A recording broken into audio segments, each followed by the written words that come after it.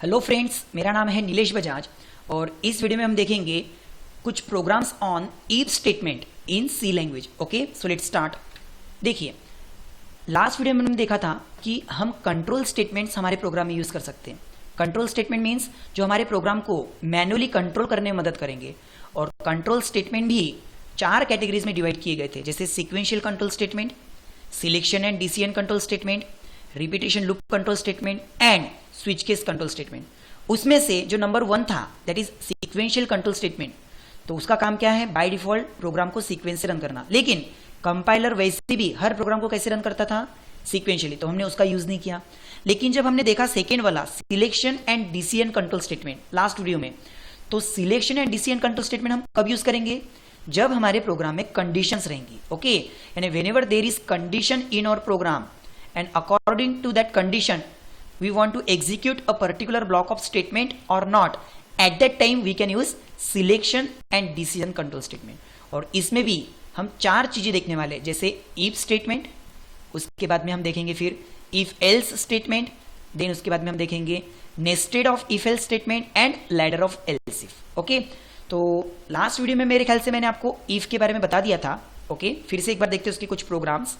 तो if statement मतलब क्या, कि whenever there is condition in our program and that condition is represented by if statement always, and if that condition is true then only compiler will execute particular block, otherwise not। okay, यानी कहने का मतलब अगर मैं सिर्फ और सिर्फ if statement use करूं तो उसके पास की अगर कंडीशन ट्रू है तो ही कंपाइलर उसके स्टेटमेंट को एग्जीक्यूट करेगा।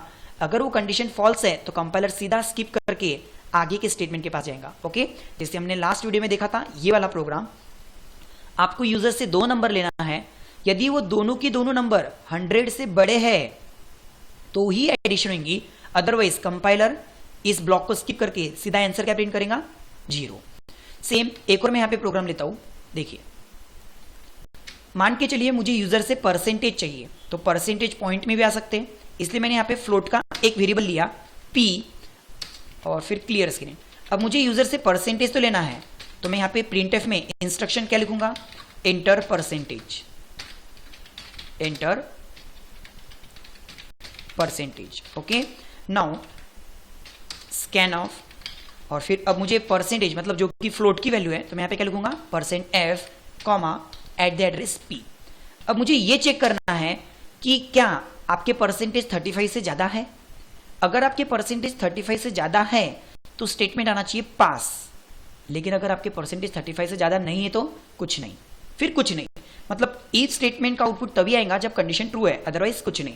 तो यहां पे मैं कंडीशन क्या लगा रहा, इफ परसेंटेज ग्रेटर देन और इक्वल्स टू 35 है, तो मतलब मैंने यहां पे कंडीशन क्या लगाई, इफ परसेंटेज ग्रेटर देन और इक्वल्स टू 35 है तो ही मुझे स्टेटमेंट क्या प्रिंट करना है, तो प्रिंट एफ पास या फिर रिजल्ट पास, ऐसा प्रिंट करना है। ओके, रिजल्ट पास। लेकिन अगर परसेंटेज 35 से ज्यादा नहीं है तो फिर मैं नीचे कुछ परफॉर्म ही नहीं कर रहा, मतलब कंपाइलर इसको स्किप करके सीधा कहां पे आएगा, नीचे, और बिना कुछ परफॉर्म किए प्रोग्राम क्लोज। चाहे तो आप सिर्फ जाते जाते उसको एक स्टेटमेंट दे सकते हैं, थैंक यू, बट इसका और उस इफ कंडीशन का कोई लेन देन नहीं है। ये तो सिर्फ एक फॉर्मेलिटी में आपको बता रहा हूं कि लाइक कंडीशन ट्रू रहेंगी तो ही ये वाले ब्लॉक का आंसर आएगा, लेकिन अगर कंडीशन फॉल्स होती है, परसेंटेज 35 से ज्यादा नहीं है, तो सीधा नीचे आ जाएगा और ये आउटपुट देके प्रोग्राम क्लोज।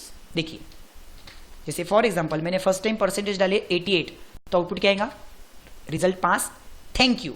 ओके, मैं यहां पे कर देता हूं न्यू लाइन, और वंस अगेन एक बार देखिए कि जैसे मैंने रन किया और परसेंटेज डाले सपोज 88, तो आउटपुट क्या आया, रिजल्ट पास, थैंक यू।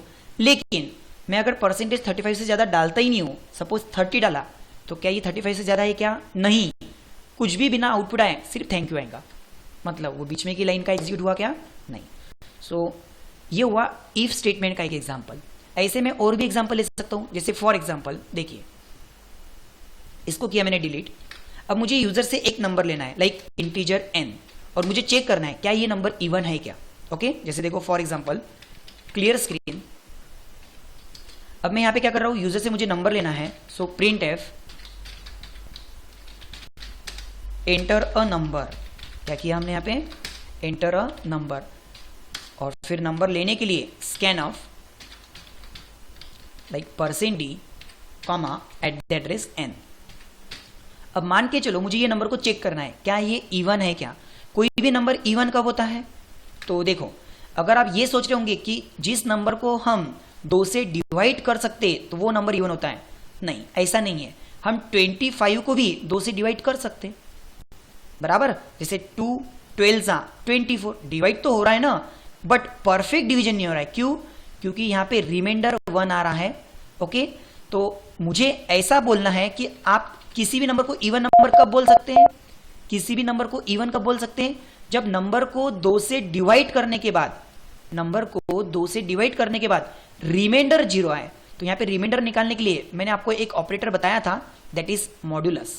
मतलब किसी भी नंबर को मॉड्यूलस 2 करने से अगर रिमाइंडर 0 आता है तो वो नंबर इवन होगा। ओके, सो जैसे कि फॉर एग्जांपल अगर मैं नंबर लेता हूं 10, क्या मैं इसको 2 से डिवाइड करके रिमाइंडर 0 आएगा? यस, 2 5 10, रिमाइंडर इज 0, इसका मतलब ये एग्जैक्टली इवन नंबर है।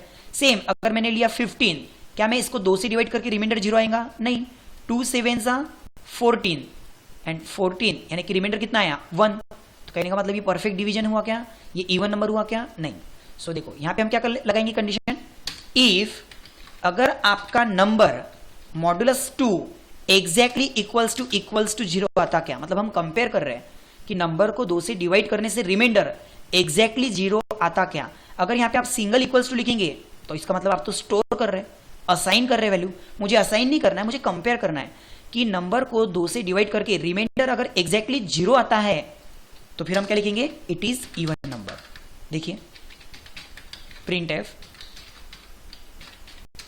इट इज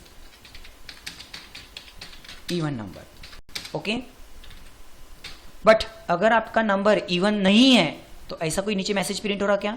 नहीं। मतलब इफ स्टेटमेंट सिर्फ तभी काम करेगा जब कंडीशन ट्रू है। कंडीशन अगर फॉल्स होती है तो वो कुछ भी आउटपुट नहीं देता है, वो कुछ भी आउटपुट नहीं देता है। देखो मैं इसको रन करता हूं अभी। सो लाइक मैंने अगर एक आधा नंबर डाला 200, क्या ये इवन है क्या? हाँ, आउटपुट आएगा इट इज इवन नंबर। फिर से अगर मैं रन करता हूं और मैंने नंबर डाला सपोज 55, तो क्या ये इवन है क्या? नहीं। बट इफ स्टेटमेंट की कंडीशन फॉल्स होने की वजह से कोई भी आउटपुट नहीं आया।